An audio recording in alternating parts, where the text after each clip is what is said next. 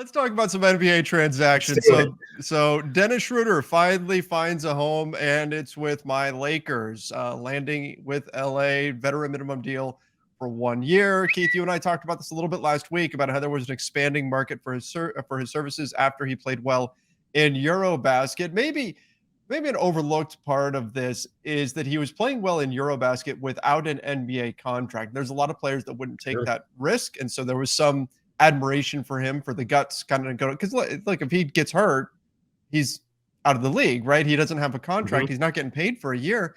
But he went out over there, played well, and ultimately wound up back with the Lakers. And we can talk about the Lakers fit in just a minute. But what are your thoughts, just in general, on Schroeder now? Finally, end of September here, almost fall, finally getting an NBA contract. Yeah, I mean, this is a guy who is 100% deserves a spot in the league. I'm not the biggest Dennis Schroeder guy Yeah, around, but he is a good player who should be at the very least a good backup scoring guard on a pretty good team. And I think that's really what his role is going to be here for the Lakers. I think we're going to see him play quite a bit off their bench. Well, we'll see. Ultimately, I know people instantly jump to this means Westbrook is getting hmm traded. I don't think this is what that means at all. I don't think Schroeder being there changes anything with Westbrook. If he's going to get traded, he's going to get traded. If he's not, he's not. That situation is independent of this. But I think it was the Lakers saying, hey, for a veteran minimum, we can get a guy who is a steal on a vet minimum. Let's go. This is a guy he's going to give you what? Somewhere between 10 and 15 points per game off the bench, can start if you need him to, can kind of do his thing. There, I think handing him the reins and saying, go off the bench is the best thing for him. I think that's the role he should play. He was better in that role with the Celtics last year than he was in the games where he had to start. But yeah, I have no issue with this signing at all. And this is, quite frankly, it's a little surprising it took this long to get there because I think he was pretty clearly the best free agent left on the board. Absolutely, absolutely. And I think for a Lakers team that frankly they need NBA talent. They need guys who are competent NBA players, and Yep. that's what you're going to get out of Dennis Schroeder. Now, the fit wise, I mean, now they've got Kendrick Nunn, Dennis Schroeder, Patrick Beverley, and Russell Westbrook all on the same team. Now, I've been trying to I've been watching Lakers fans trying to talk themselves into this working, which this is what we do this time of year, right? There's Sure. optimism reigns. This is the honeymoon period, and everybody's 0 for 0.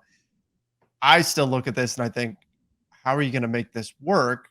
The word is from a few different people, our friend Mark Stein, as well as Dan Wojcicki of the LA Times, that the Lakers see Russell Westbrook and Dennis Schroeder as point guards, that those two players will battle it out for the starting job, that Westbrook isn't even a lock to start. That's a whole other discussion, though. That two guards are Patrick Beverley and Kendrick Nunn, pushing Austin Reeves to the three, and that Patrick Beverley is seen as more of a 3-and-D wing at this stage of his career than anything else. Now, that's me, Frankensteining together a few different reports there, but Mhm. to me, that's madness and is going to create a massively undersized rotation.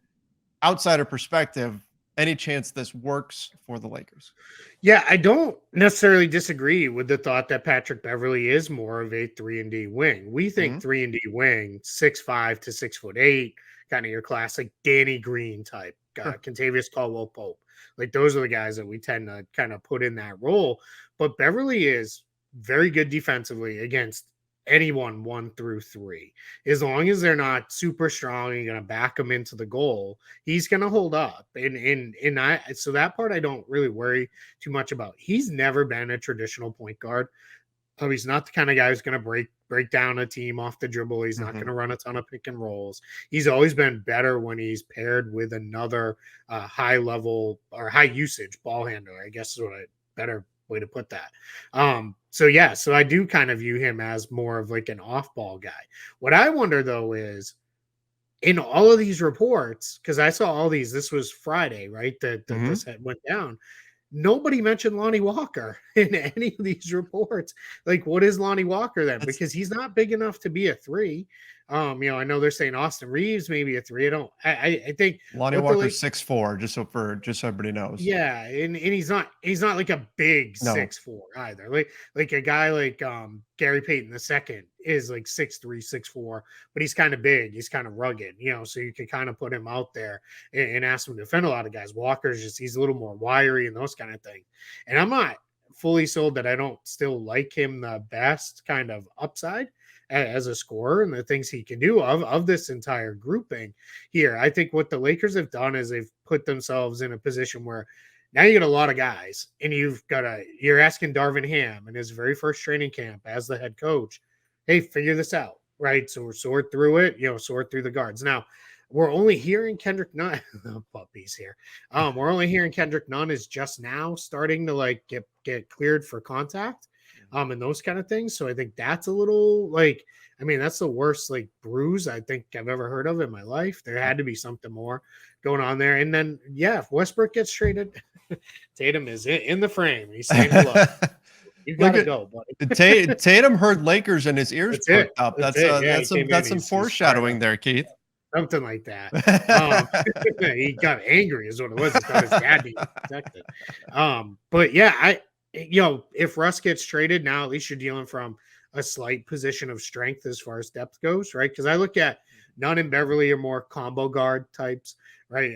Schroeder I see is a more traditional point guard. Not that Beverly and Nunn can't, play that spot as well. So I'm very curious to see how this all plays out. My guess is too, there's a sense of Beverly misses a lot of games every year just with the way he plays.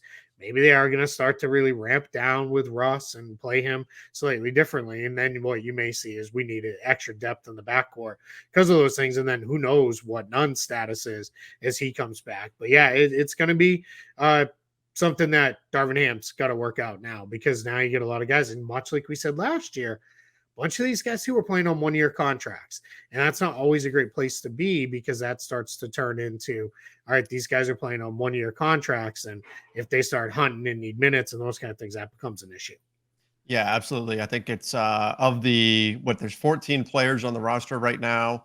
Of those, 11 of them are on one-year deals. I mean, technically, Right, Damian yeah. Jones is a player option for a second year, Sure. but you're talking about LeBron, AD, and Max Christie, and that's it. Everybody else is Yeah. a 1-year contract. So It's so close to my dream, Trevor, of like all contracts expire at the same time for a team. It's like so close, and it's maybe when LeBron and AD's contracts expire at the end of the 24-25 season, we'll get there. We've never seen that, have we? A team that No. that is complete tabula rasa, has a blank slate at the end of a season. Always wanted. Hey, it's like my full dream because it's like an expansion team, but full books are clear and you don't even have right because you come out of an expansion draft with a couple contracts you don't want and those kind of things, Right. and then you still have you're usually in the first couple of years they're operating under a limited salary cap, and it's always been my dream, man. 12 open roster spots, just 12 roster charges, and that's it. But at some point, somebody is going to bring Daryl Morey back, and then it's going to happen. Yeah, right. And then he's going to sign 12 Rockets. Yeah, that's going to happen. I mean, they're going to bring him into the fold, and he's going to trade everybody on a team, something like that. Or maybe that's more of a Sam Hinkie thing. Could be. They'll bring him in. Sure. And he'll do something like that. But in any event, yes, the Lakers almost to Keith's cap nirvana, but not quite.